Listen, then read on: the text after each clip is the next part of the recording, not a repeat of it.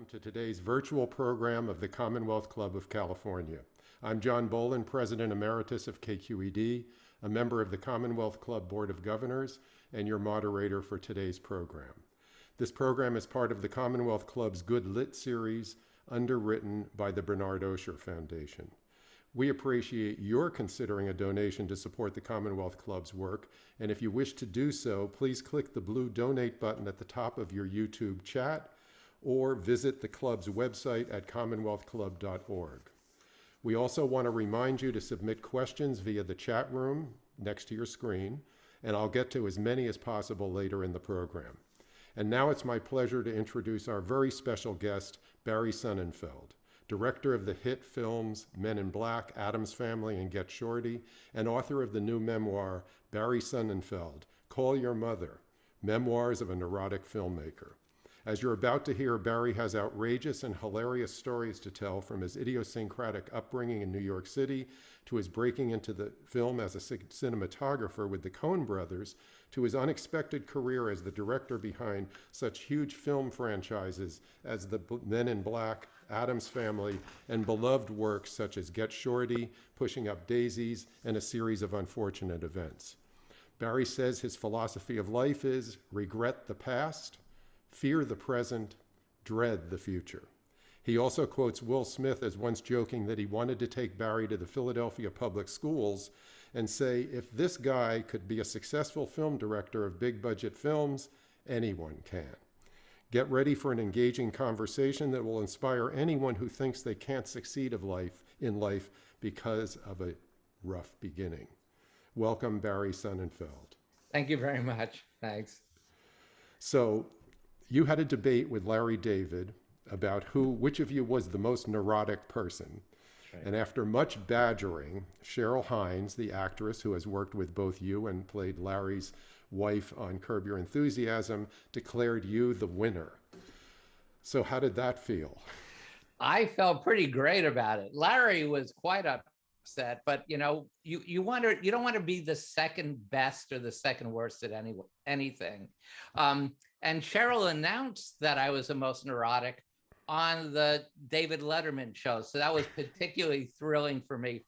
Unfortunately, about 2 weeks later, I was having lunch in Manhattan at a Power Breakfast. It was breakfast at a Power Breakfast restaurant.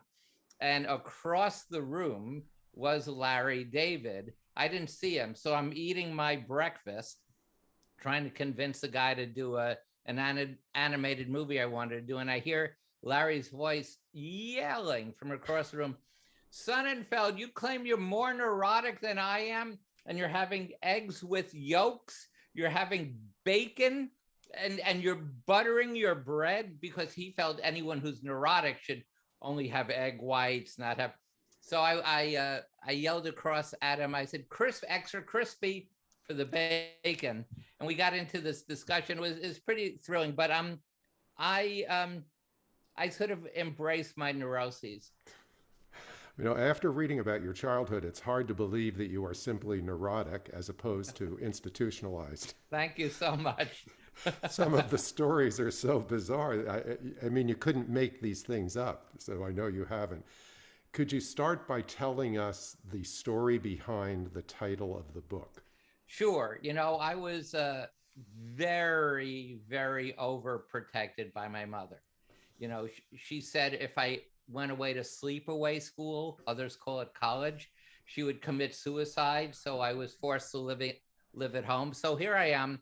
I'm 17 years old. I'm on a date, and we're at Madison Square Garden. It's a big peace concert.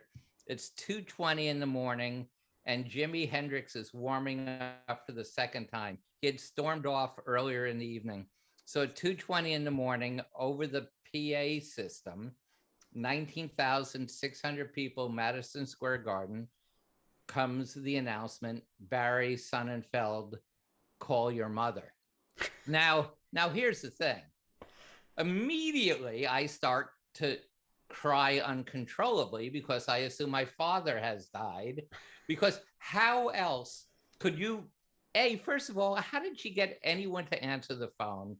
How did she get to enough levels of security to get someone to convince them that I needed to be paged. So that means something pretty horrible is happening in my life.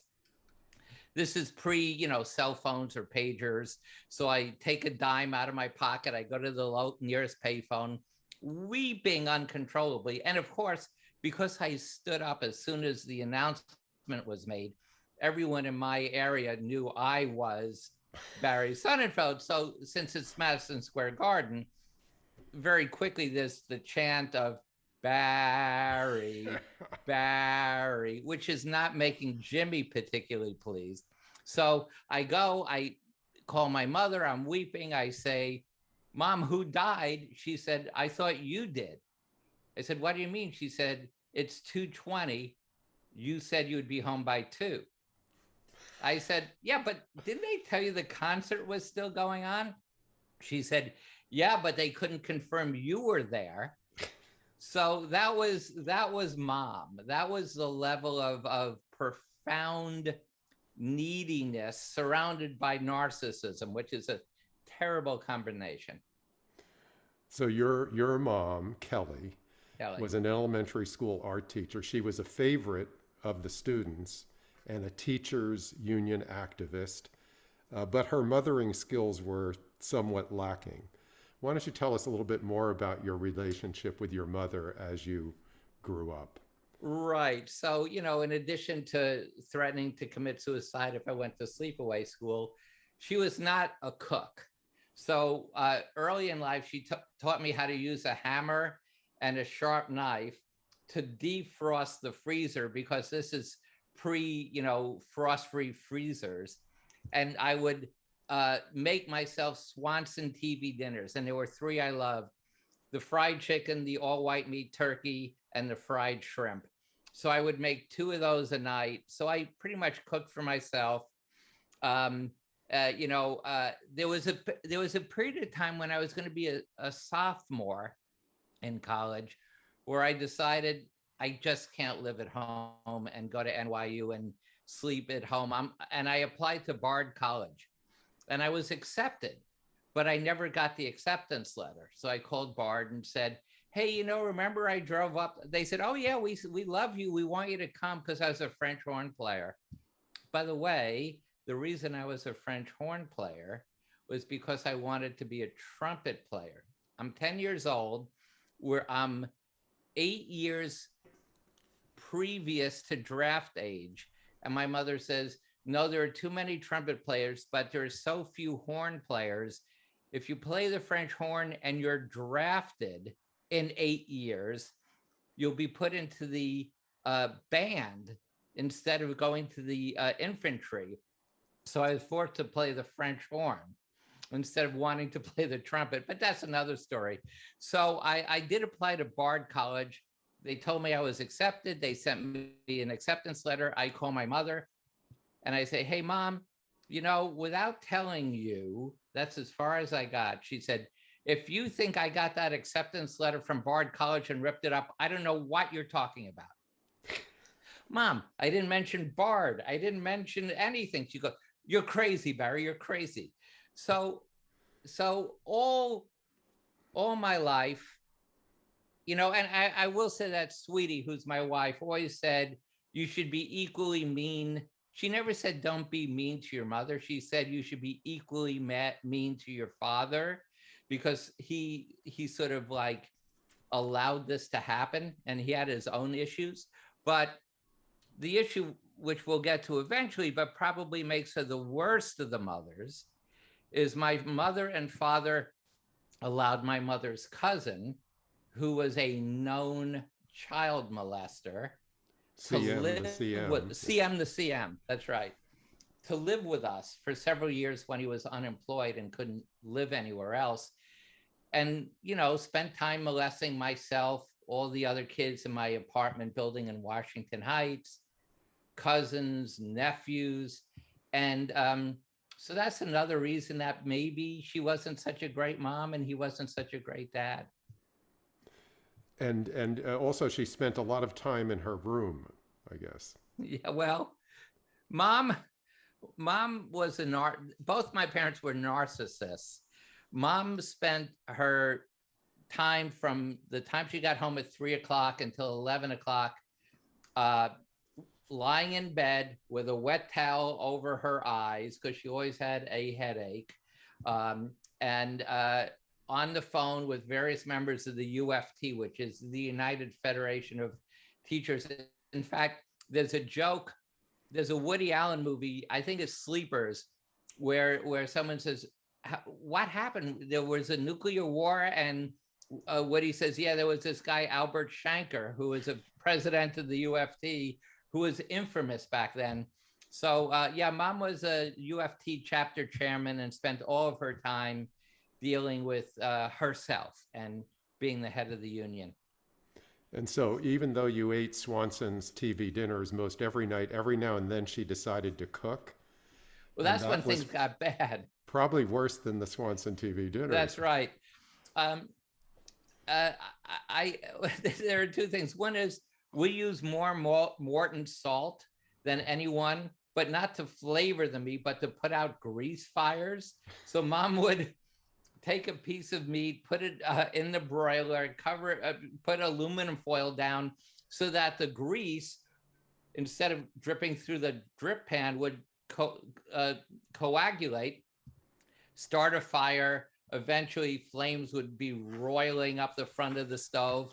We'd open up the stove, pour a box of Morton salt over it to put out the grease fire. The other thing she wasn't good at, and this is hard to screw up, is hard-boiled eggs. Mom, Dad, and I would go to a Yankee game or go play miniature golf or go bowling on a Saturday. Mom would decide to make egg salad. She'd put all the eggs into a pot, fill it with water, and then go back to her bed, put the wet towel on her face, lie down, make phone calls, and forget she was cooking eggs, right? So at some point, what happens is all the water boils out of the pot, and now you're basically frying hard-boiled eggs. So the eggs just explode. They hit the ceiling and spread out, and you come home, and it smells like World War II because, you know, eggs smell like sulfur. So we would come home and just open the door and immediately go, well, Mom made eggs, and we'd close the door and go to the Chinese restaurant and leave Mom to continue to talk to her UFT fellow members. By the way, did you continue playing the French horn? Do you still play it? You know, I took it to Hampshire College when I was going to be a senior, and I realized I didn't want to do this anymore. I applied to Hampshire, which is where I met Ken Burns, actually, who was there at the same time. I took the horn up to Hampshire thinking it would help me meet girls. That's which, by the way, really it didn't. But I stopped playing. But I will say to this day, whenever we're recording a score for a movie I direct, at some point I will say to whoever the composer is, I'll say, hey, wouldn't that clarinet part sound better if it was played by the horn section? Because I hate clarinets and I love the sound of the French horn. I was good. I possibly could have gotten into Juilliard, but I didn't see that. I didn't think that's what I wanted to do. I didn't have a passion for it. So no, I don't play it one of the great things your mom did do was she got you into a great high school. She finagled a way for you to get in there. Yeah, there was, you know, those 3 years at Music and Art High School. New York has some really specialized high schools. You know, Bronx Science, Music and Art is now called Fiorello LaGuardia School of the Performing Arts. And Mom, because she didn't want me to go to my local high school, which was George Washington, which was really tough, really dangerous. Sort of knew enough teachers because of her chapter chairmanship and all that. She got her principal to call Music and Arts principal and have him audition me. And I did a great job. Mozart's third horn concerto is a tough one, and I nailed it. So I deserved to go to that school. And those 3 years were the best 3 years of my entire education. Music and Art High School was amazing. That's great. And then your dad, Sonny, who was at Yep. first a successful salesman and then decided to have his own business in lighting and electronics and just had one business failure after another, often leaving the family penniless, unpaid bills and all that.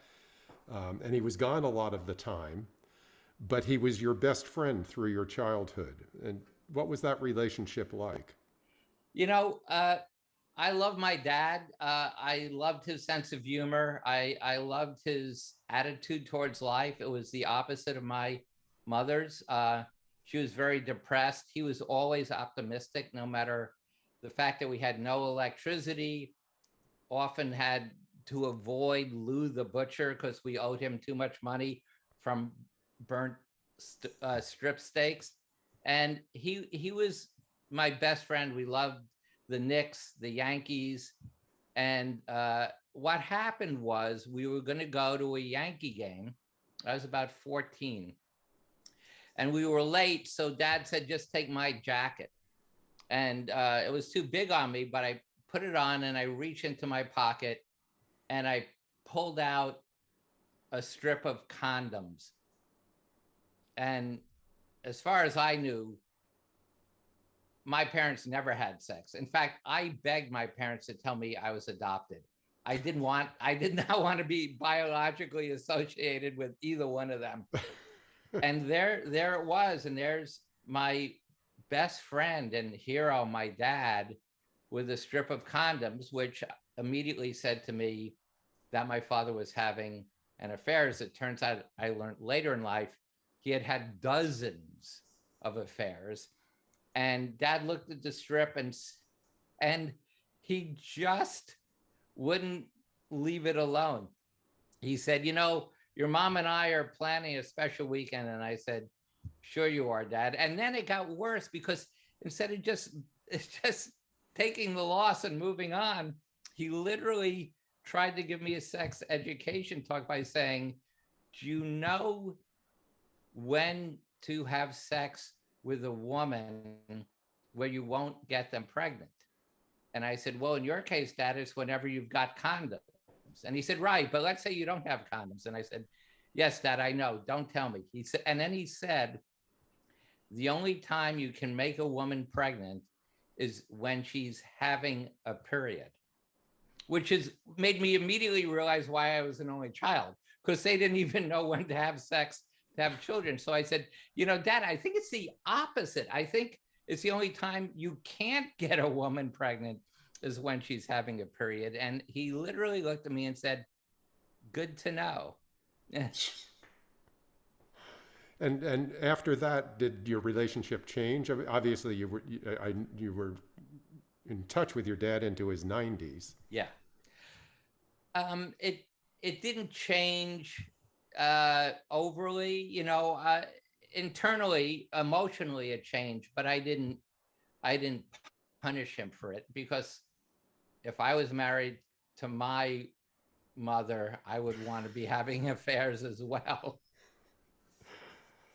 So, going on to a different subject, near-death Sure. experiences, which you've had a few of. I'd love to hear about two of them.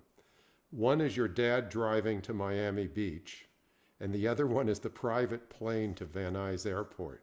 But why don't you start with the annual, I guess, trip to Miami Beach, with one of them being particularly memorable?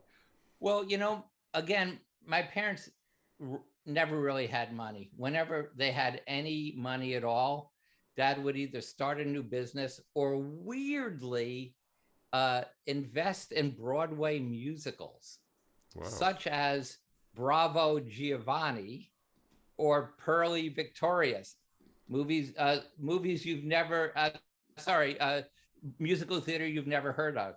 In fact, when I finished Addams Family, Scott Rudin, as a gift, found an LP cast recording of Bravo Giovanni, which is pretty amazing.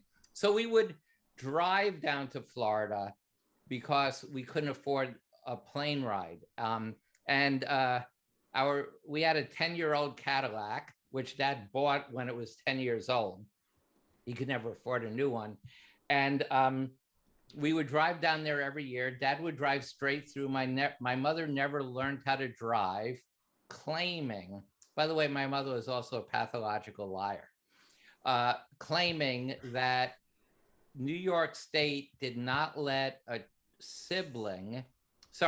child of someone who had epilepsy get a driver's license. And she claimed her father had epilepsy, therefore she couldn't get a driver's license. So she never got a driver's license.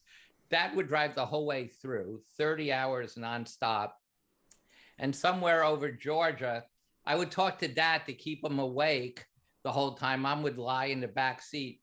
I realized Dad had fallen asleep and we were in the oncoming traffic lane about to hit an 18-wheeler, woke him up. Somehow we got through that. And in fact, the next year, and this is why I think I have such a fear of flying. The next year, Dad saved enough money we could fly to Miami. But in fact, I always say every time we get off an airplane, I view it as a failed suicide attempt, because on my very first airplane ride with my mother, my father, somehow my mother convinced the flight attendants and pilots that she was having an angina attack and was about to die, and convinced them to drop the oxygen masks. So my first flight, it's me, another 110 people in a 707 with dangling oxygen masks, and my mother sucking air. So I've always been afraid of flying. Cut to, I have a deal with Sony Television. I have private airplane hours. I'm flying out from East Hampton, where I live, to Van Nuys Airport for a meeting. And we're about 14 minutes from landing. And suddenly we are nosediving. I'm hearing claxons and recorded voices pull up. I'm alone on the plane. The pilot, flight attendant, and co-pilot are all in the flight cabin with the door closed. We're nosediving to the ground. And I think the real reason I've always been afraid of dying in a plane crash is knowing you're going to die, having that 5 minutes where will you relive your life? Will you think about all the ways you could have not gotten on this plane? Will you live through your regrets? Well, no. What I did is I crossed my arms, put my feet up on the seat in front of me, and tried every version of a line reading of "And Now I Die." So I went, "And now I die." Then I tried, "And now I die." And then I tried, "And now I die." I went through all of them. We crash land into Van Nuys Airport. We are heading towards a brick wall. We do a huge 180 and we start to destroy parked airplanes as a method to stop. So they are aiming at and bouncing over Cessnas and Piper Cubs. We go through a fence. We're now in the Van Nuys parking lot. And every time we hit something, I try another version of "And Now I Die." We come to a stop. 3 out of control human beings, pilot, co-pilot, flight attendant, are trying to open the door to this Gulfstream II. What I know that they don't know is we're lodged against a pine tree in the parking lot. And I see that there's fluid dripping from an engine. And I go, "Say, are we at all worried about that?" In sort of a dry, sardonic kind of way. The pilot says something you don't want to hear a pilot says. She says, "Oh my God." The 3 of them run past me. I calmly wait for instructions until I realize I am alone on the plane. They have run to the back of the plane, through the bathroom, through the luggage compartment, opened the luggage compartment door, and have fled. They're fleeing. Now all the LA, traffic helicopters are overhead filming this. I go to the back. I see them fleeing. I see the Van Nuys Fire Department rush up, they're all yelling for me to get off the plane, but my fear of heights is only greater than my fear of flying. So I say to the firemen, I go, it's okay for you to say jump. Who's catching me? And that's where they made a mistake. They weren't specific. They didn't say Irv will catch you. They just said, just get off the plane, get off the plane. I said, right, but who's catching? So you look around, you find the guy with the biggest mustache, because every fireman has a mustache. Like I said, you're catching me. He said, I don't give an F. Just get off this plane, because they think it's going to explode, right? So, by the way, I'm about 5 feet off the ground. I hugged him, and and then landed on the, hinged to the ground, and we all fled. The plane didn't blow up, and it made me a much better flyer. Since then, I've been in terrible turbulence. Don't care, because I know what it's going to be like. I still think I'll die in a plane crash, but at least I know what it will be like. What year was that? 99. Because it was a news event. I mean, it was, a real thing. I mean, it wasn't a news event like Barry Sonnenfeld was in a plane crash. There was a plane crash. Right. But I will say every single executive who knew me pretended to call to see how I was, but really wanted to know which leasing company it was. So they made sure not to get that plane again, which we destroyed anyway. So they were safe. I want to go back to your dad. He gave you a great piece of career advice. Would you share that with us? Yeah, the good thing about my parents were that neither one of them wanted me to go into a typical sort of middle-class Jewish profession. Neither wanted me to be a writer, to be a doctor or a lawyer. My mother wanted me to be an artist, and my dad said, figure out what in life will make you happy, and you'll figure out a way to make a living doing it. Don't try to figure out a career. Figure out what you want to do in life that will make you happy. I never thought I would be happy, so that was a problem. And even when I went to graduate film school, it was really for lack of anything to do. So I could spend another 3 years, not looking for a job. I thought I wanted to be a still photographer, and that would make me happy. I realized pretty quickly that it's sort of a more lonely job. And I think I wanted something that had more collaboration.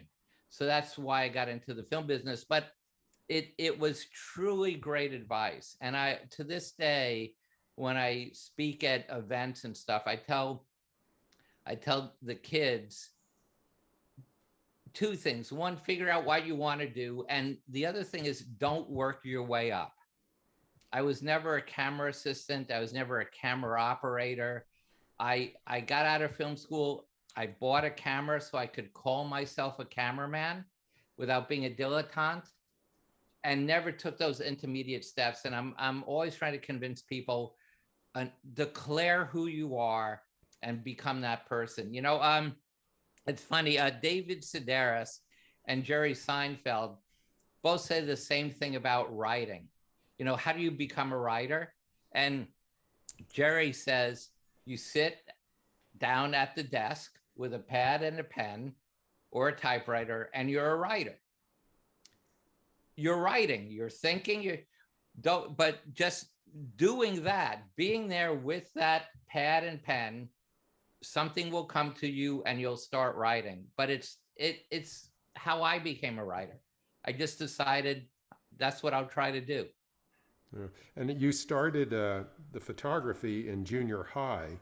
How did starting as a still photographer affect your work when you became a cinematographer and a director in terms of how you shoot? It's funny. My mother tried to convince me to go to film school and claimed she would pay for it and then didn't, but that's another story. I loved wide angle lenses. As a still photographer, I bought a Leica, and the first two lenses I bought were 35 millimeter and then a 21 millimeter, which is a very wide lens. And when I went to NYU, because I had background, I developed my own film and made my own prints. I felt very comfortable in the world of cinematography. And there were two guys at film school that were sought after to shoot everyone's films, myself and the other guy who lived in my apartment building in the East Village was Bill Pope, who went on to shoot the Matrix movies, the Spider-Man movies. He shot Men in Black 3 for me. So I felt very comfortable around lenses and around technology. And to this day, I would say 80% of every shot I've ever shot in my life has been with a 21 millimeter lens or wider. I think there's something wonderful about wide lenses that the audience doesn't consciously know, but unconsciously knows that the camera is close to the action. The other thing that because I'm an only child and still wanted all this attention is, if you look at the body of my work, whether it's the stuff I did for the Coen brothers like Blood Simple or Raising Arizona, or Throw Mama from the Train for Danny DeVito, or the stuff I've done like Addams Family, the camera is an active participant in the movie. It's not just a recording device, it's another character. And I think that's my way of saying, here I am, hey, here's Barry, because I was never good enough to be an actor, but I still wanted to be an active participant in the visual style of the show. So my cameras are very self-conscious, they're very energetic, and they're not just used like a recording device. And I think weirdly, it's part of my personality.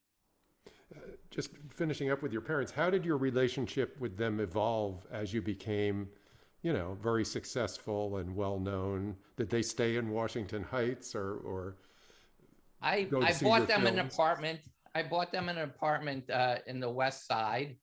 I said, you know what? I know that you like Washington Heights because you can go outside and buy crack without having to get on the subway, but I think you'll be safer on the Upper West Side. So I bought them an apartment there, but they were very jealous. I was on the David Letterman show 8 times, and every time I got off that show, my father would call me and say, you look nervous, or you were funnier last time. They would never, ever, ever would give me sort of any sort of credit or love. They would always criticize through their love. They'd always criticize me. But in a way, I was so mean to my mother. Newsweek, when Men in Black was about to open, Newsweek had a cover story on Men in Black. And in the body of the article, it said that Barry Sonnenfeld is so neurotic, he would walk around the set offering any crew member $400,000 to either get him fired or kill his mother, right? So mom reads this in Newsweek and calls me and says, do you really wish I were dead? And I said, Mom, I promise you, I would never pay anyone $400,000 to kill you. And she said, thank you, Barry. I love you too. And then she said, and do me a favor, the next time you're mean to me, be mean to your father also. So the one story that I found just so hard to believe is the one about going to St. Vincent's Hospital. And I wonder if you recount that. Sure. Now, look, this whole book sounds scatological, but it really isn't. But here we go. As it turns out, from time to time, I get kidney stones. The first time I got them, I was a third-year student at NYU Graduate Film School. I was at my girlfriend's house, and I woke up in the middle of the night with this pain unlike anything anyone's ever experienced. I won't go into graphic detail about how painful it was, but it was so painful that I convinced my girlfriend to drive me to St. Vincent's Hospital, the nearest hospital in the East Village. I was in so much pain, I couldn't get my clothes on. And Debbie already hated me so much that she didn't help me. She just went to get the car. So I had to crawl down 3 flights of stairs because it's the East Village and there are no elevators in those apartment buildings. I somehow get, true, you were in so much pain, you can't find a place to sit. I get to St. Vincent's. It's 3 a.m. She goes to park the car. I crawl up the steps of St. Vincent's Hospital, totally nude. And now I am faced with a revolving door. So I lay down on the ground and then stretch my body enough to just with my legs push the revolving door until the back of the next door hits my head. Then I worm my way forward and push again. It took me about 8 minutes to get into the hospital, push these poor women who were there because their kids were in a knife fight. Anyway, I eventually find out that I'm passing a kidney stone. It's taken care of. I've gotten many other kidney stones since then, and I don't recommend them. But you were actually crawling up the steps. I know St. Vincent's Hospital. You were crawling up the steps naked in the middle Totally of the night in New York. Totally naked. But you know what? Those days, that just meant that I was they probably thought I was on like some sort of drug issue or something. But yep, that was me. So after your career stint in pornographic films, which I'm not sure we're going to talk too much about, I wouldn't. You met someone who changed your life forever, Sweetie. Sweetie. But she was married to your idol. That's right. A photographer. So tell us how you and Sweetie ended up together, given the circumstances of your first meeting. My idol was a still photographer named Elliot Erwitt. I loved his work. And remember, I thought I wanted to be a still photographer in the sort of street journalism style of Elliot and Lee Friedlander, Gary Winogrand. I graduate high school. The first person I call is Elliot Erwitt, who is listed in the phone book. He says, "I'm sorry, my stable is full." I remember that. I graduate college. The first person I call is Elliot Erwitt. Same address, same phone number. "I'm sorry, my stable is full." I graduate NYU Graduate Film School, call Elliot. "I'm sorry, my stable is full." I'm now shooting industrial films, and it's now 2 years after that. And this gaffer, the guy who's in charge of the lights on this Sony industrial I'm doing, says there's a guy who I know who's looking for an assistant because he wants to get into the film business. He just bought some used 16 millimeter equipment, Elliot Erwitt. I go to meet Elliot, and Elliot is there with this woman who's 9 months pregnant, who I assume is his assistant because he's talking to her like she's his assistant. But of course it was Sweetie, whose name is Susan. I gave her the name Sweetie. And Elliot and Susan and I became best friends. And over the next 3 years, Elliot and I, and sometimes Susan, traveled the world together, Africa, Japan, Europe, shooting industrials and shooting documentaries for Home Box Office, 60 Minutes, 2020. And Susan, weirdly, Sweetie, looked like the girl of my dreams when I was 12 years old. I could only draw in profile, but she had the same nose and the same eyelashes.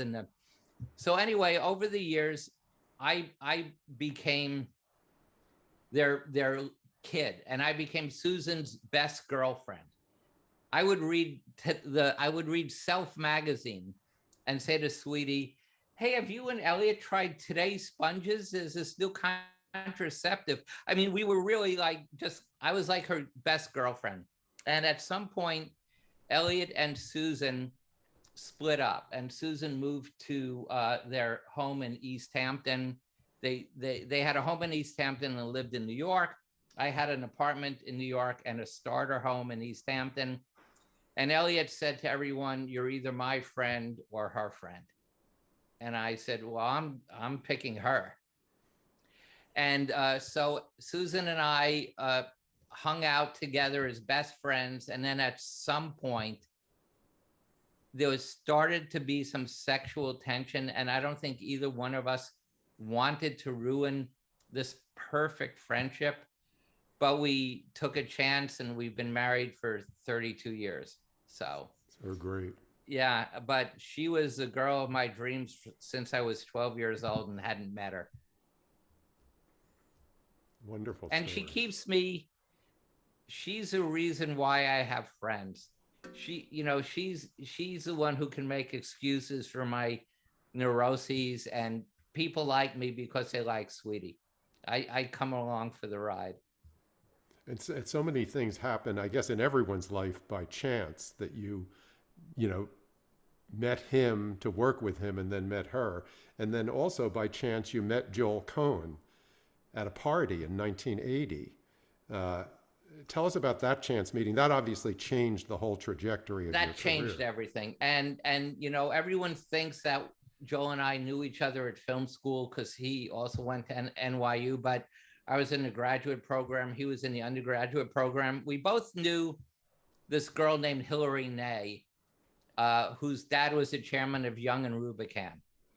And we were both invited to this Christmas party, and there were only WASPs from Darien, Connecticut. There were two Jews. There was me and this tall guy that looked like Howard Stern on the other side of the room.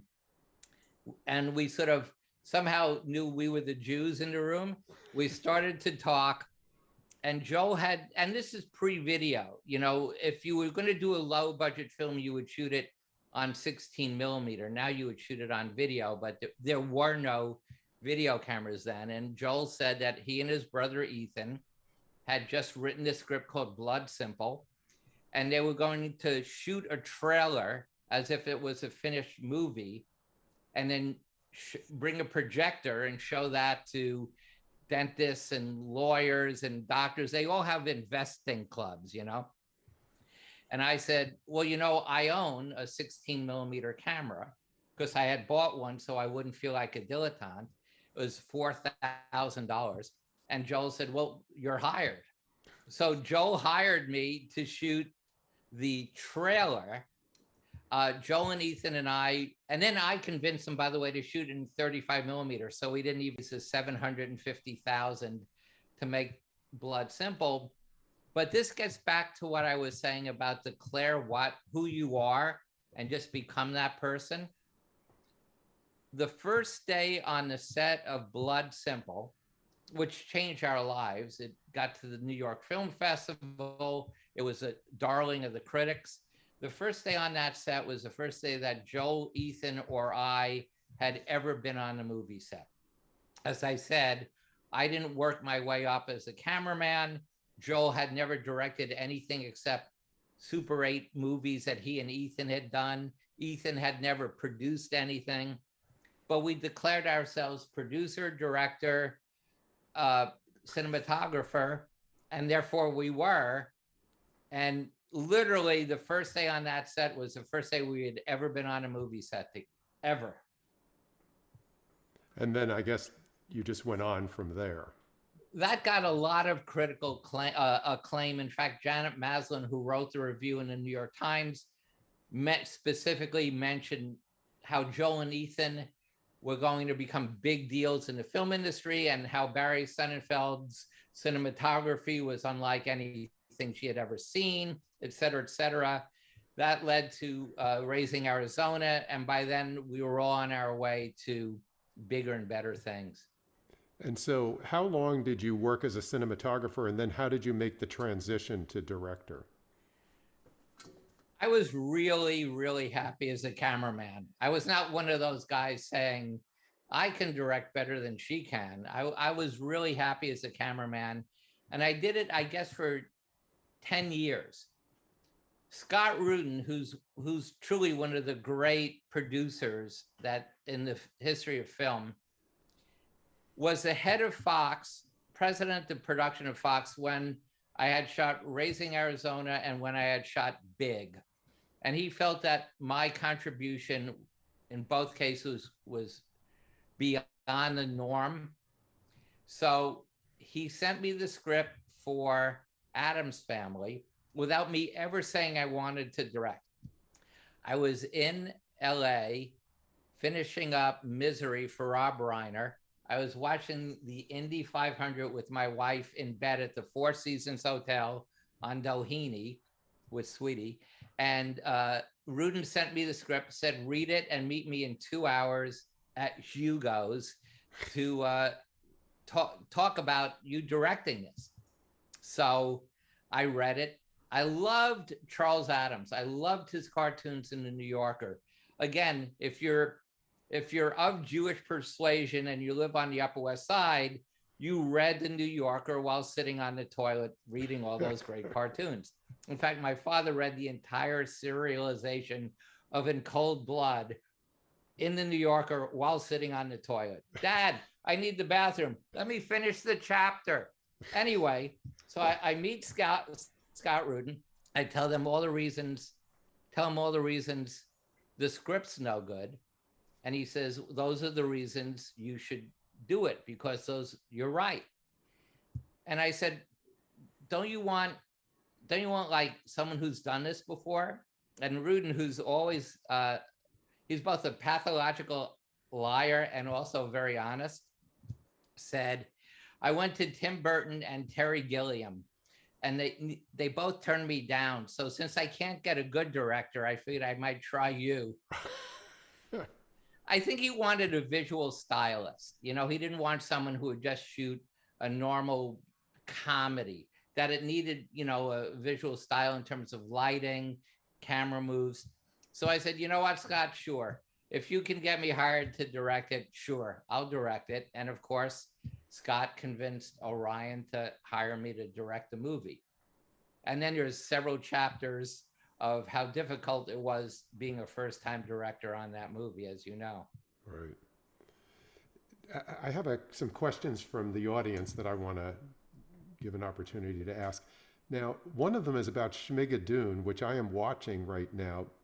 Are you involved in it? I didn't even know. Yeah, I directed the 6 episodes. Yeah. Ah. So it's this person says it's terrific. How did it come about that you got involved? Is it true you normally hate musicals? Oh, I hate musicals. I hate filmed musicals. I was sent to script, and I always have Sweetie, Bo Welsh, who's a production designer I always work with, and Rose Lamb, who produces the television I work with. I had them read the script. I said, I don't get it. And they all said, this is great. And I said, all right, but you know, there's singing and dancing. They said, yeah, it's going to be great. So I agreed to do it. But I warned the creator, Cinco Paul, and I warned Broadway Video, Andrew Singer, that I know how to shoot it. I know how to direct it. I just got to tell you, I hate it.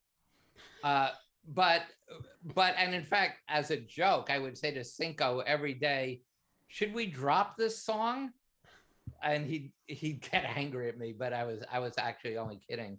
So I also really wanted to work with Lorne Michaels, who was the executive producer, and Cecily Strong was already attached, and I thought she was so talented. So I agreed to do it. I watched a bunch of musicals just to make sure I was right about how to film them, because most modern musicals are shot too tight. The dance numbers are shot with close-ups or inserts of their feet. Dance numbers, you should see people from head to toe. So I watched all these old musicals, and that's how they did it. I hated all of them. I watched Brigadoon, I watched Carousel, I watched Seven Brides for Seven Brothers. I thought, this is torture. I just got to stop doing this. But yes, I did direct all the episodes of Schmigadoon. I'm very proud of it. I loved the entire cast, and I still don't want to go see musicals, but well, it's really a wonderful. I love musicals, but it's a wonderful, takeoff on old movie musicals. I mean, it looks like an old movie musical, except it's crazy and ridiculous, Right. and the songs are amazing. So yeah, Yeah. congratulations Cinco on did a that. great job. He wrote and he wrote and lyrics and music for all those songs. They're pretty great. So another question from the audience: do you have a favorite film and one you'd rather forget? Yes. Well, favorite film that I didn't direct is Doctor Strangelove. I watch it once or twice a year. It's totally Kubrick is my favorite director, and what I love about Strangelove, which is also what I try to do, is to film comedies where you don't let the actors or the production designer or the lab or the DP or the composer know it's a comedy. And what makes Strangelove so good is how real everyone plays it. So the scene is absurd, but the actors aren't playing it for comedy. So that's my favorite movie. One I wish I could forget is I'm not a huge fan of Wild Wild West. I know why I did it. I know what I did wrong. So if I had that one to do over again, maybe. Although maybe I do it again, but do it better. Do you have a favorite among your films that you directed? Probably Get Shorty. Again, it's everyone, you have Dennis Farina, you have Gene Hackman. They're all really stupid characters, but none of the acting is stupid. The acting is all real. So I think Get Shorty is my favorite movie. I also loved doing the 3 years in Vancouver on a series of unfortunate events. I was a showrunner and directed 40% of the episodes, but I would say Get Shorty.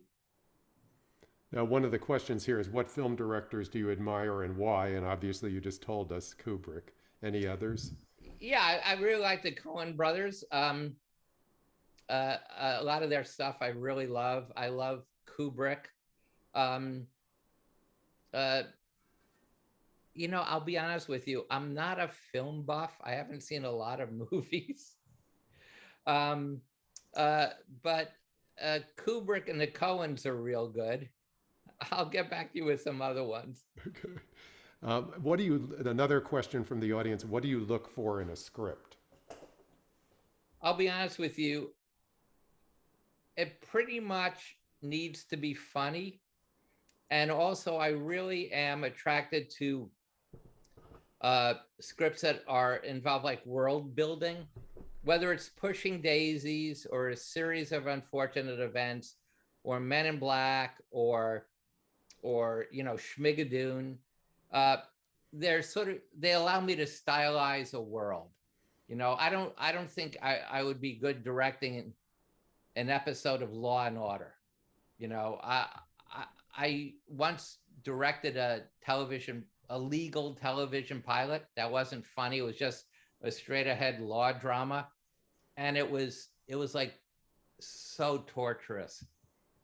So I would say world building and quirky. How do you feel about sequels to films? Any rules of thumb on whether they'll be successful? Sequels can be good and they can be bad. Um, I think um, what you don't want to do is be reverential to the original material. And I'll tell you what I mean.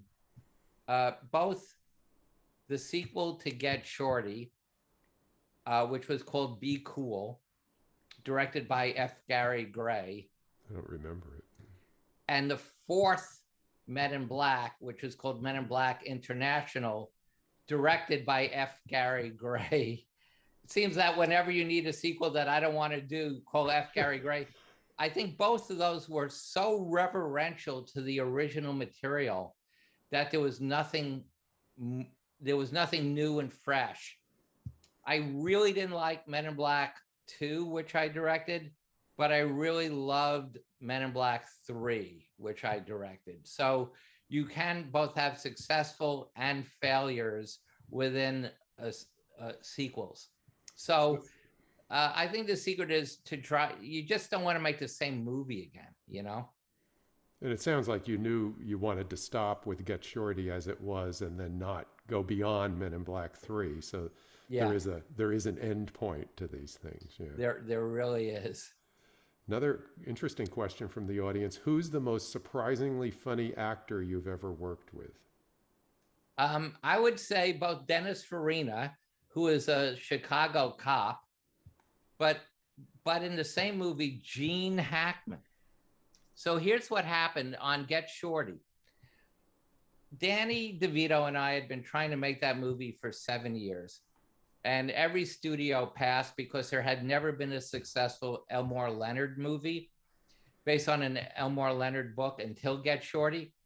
And also, no one wanted to make a film about inside Hollywood, which this was. Danny was supposed to actually play the Travolta role. He was supposed to be Chili Palmer, but he had to drop out because he was going to do Matilda. And Danny didn't know if we were just wasting our time because there had been many years. So we had a table reading just to see if we were crazy, because we had the script, just to see if we were crazy or not. So we had Danny reading the Travolta part, but we had Dennis Farina reading his part, and we had Gene Hackman reading his part. And when we were done, Sweetie came up to me and said, if you lose Danny, but you have Farina and Hackman, that's all you need. And I went up to Hackman and I said, Gene, you were fantastic. You were so funny. And he said, what are you talking about? I'm not a comedian. And I said, right, that's why you're funny. You were so real. You just played it real. And so I think Gene was brilliantly funny in that show, and you would not expect it. In fact, he then went on and worked on Birdcage, another comedy. And then, of course, if we had more time, we could talk about Tommy Lee Jones, who I taught how to be funny. Tell us about it. Because it's hard, looking at Tommy Lee Jones' face, it's hard to imagine him even smiling. But Tommy didn't know anything about comedy, right? So, and also Will Smith was finishing another movie. So for the first 2 weeks, we only were working with Tommy. And so the first scene we did with Tommy Lee Jones is the first scene in Men in Black. Tommy arrests this illegal alien in the Sonora Desert, and the alien takes off his disguise, and it's really Mikey, who's speaking in an alien language, and he's got flippers, right? And it's the first day of shooting, and Tommy is incredibly, unbelievably mean and uncomfortable in his own body, right? And I'm so intimidated. And Tommy's first line to Mikey, again, flippers speaking in an alien language, is Tommy says, okay, Mikey, that's enough. Put up your hands and all your flippers. Cut. Hey, Tommy, it's going to be funnier if you don't acknowledge that all your flippers is funny. See, let the audience decide that's funny. This is all in a day's work. You're a government issue. You're a Men in Black. You see flippers all the time. So don't play comedy. Just play reality. For 20 weeks, Tommy Lee Jones hated me. And for 20 weeks, I would not let him be funny. And his agent, Michael Black, called me up and said, you only want Will to be funny. You don't want Tommy to be funny. I said, no, Laurel and Hardy, George Burns and Gracie Allen. You only want one funny person in your comedy, but both are comedy. In fact, the reaction is always funnier than the action. And I said, look, I was a cinematographer on When Harry Met Sally. And as funny as Meg Ryan is faking an orgasm, and you're in the theater and everyone is laughing, you cut to Billy Crystal doing nothing but reacting, and the laugh goes from 100 to 120. I said, I promise you, Tommy is funnier than Will Smith. I promise you. And for 20 weeks, I sat on Tommy and would not let him be funny. Cut to we're about to have the press junket, so Tommy has to see the movie for the first time because the press is going to ask him questions. And of course, they love Tommy. And of course, Tommy loves his performance. And I have to say that the great thing about Tommy, and he just had his birthday a couple of days ago, is every single journalist who said, "How did you get to be so funny?" Tommy said, "It's really simple. The secret to being funny is stand next to Will Smith and do whatever Barry Sonnenfeld tells you to do." And then after that, it was easy because Tommy realized that that's where the comedy is. Never play the comedy. Actually, there's another question that struck me as strange, but it's related. Are you a laugher on the set, and has that ever created problems? Yes, I've ruined many, many, many takes.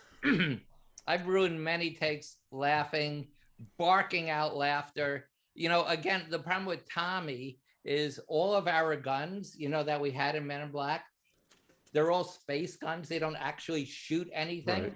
Right. So Tommy would add his own sound effects. So Tommy would go, pew, cut, what? Tommy, don't make the sound of the gun.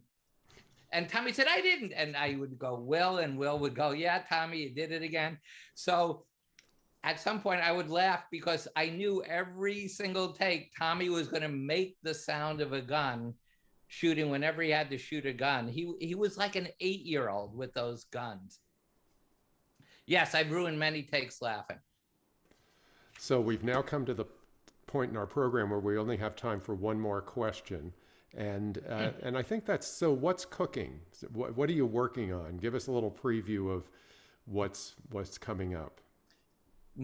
There's never anything coming up, and there's always 11 things coming up. Nothing is ever happening in the film business until it's happening. I've had 3 or 4 things that I thought were going to go that didn't go. Schmigadoon, I just, one day I got that script, the 6 scripts, I read them. I said, yes. I'm developing a bunch of things. In fact, we were trying to make, Rob Reiner optioned the book rights to Barry Sonnenfeld, Call Your Mother. We had a very good writer, Alan Zweibel. I had Jason Alexander playing me, and we could not sell it. We went to every streamer. So I don't know. I don't know what's coming up until the next thing comes up. I have to say, in reading the book, I was thinking who would play your parents, because it seems like it would work as a movie. Well, the person to play my mother, although he's dead, is Vincent Gardenia or Roger Ebert. Both of those two would have been perfect for Mom. All right. Our thanks to director Barry Sonnenfeld, author of the new memoir, Barry Sonnenfeld, Call Your Mother, Memoirs of a Neurotic Filmmaker, which is available at your local bookstore and online. This program has been part of the Commonwealth Club's Good Lit series, underwritten by the Bernard Osher Foundation. We also want to thank our viewers. I'm John Boland, and now this virtual program of the Commonwealth Club of California is adjourned.